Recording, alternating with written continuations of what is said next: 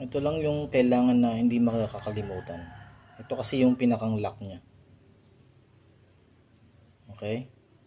So, bago nyo ilagay, siguraduhin nakakabit mo na yung boots ng ating joint.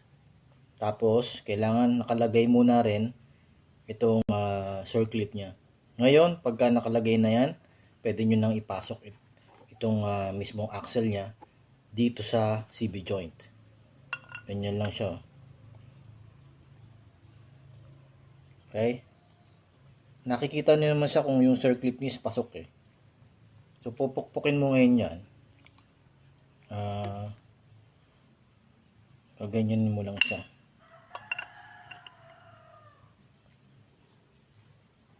Yan. Yan lang. Hanggang pumasok siya ng pumasok. Ganyan lang.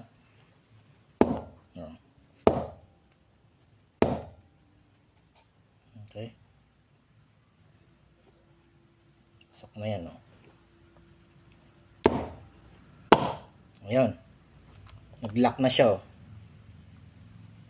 So, yan na siya ngayon. Hindi na yun matatanggal. Kasi pumasok na yung circlip eh. So, munting paalala lang po para sa ating mga nagdi-DIY din kagaya ko. Okay?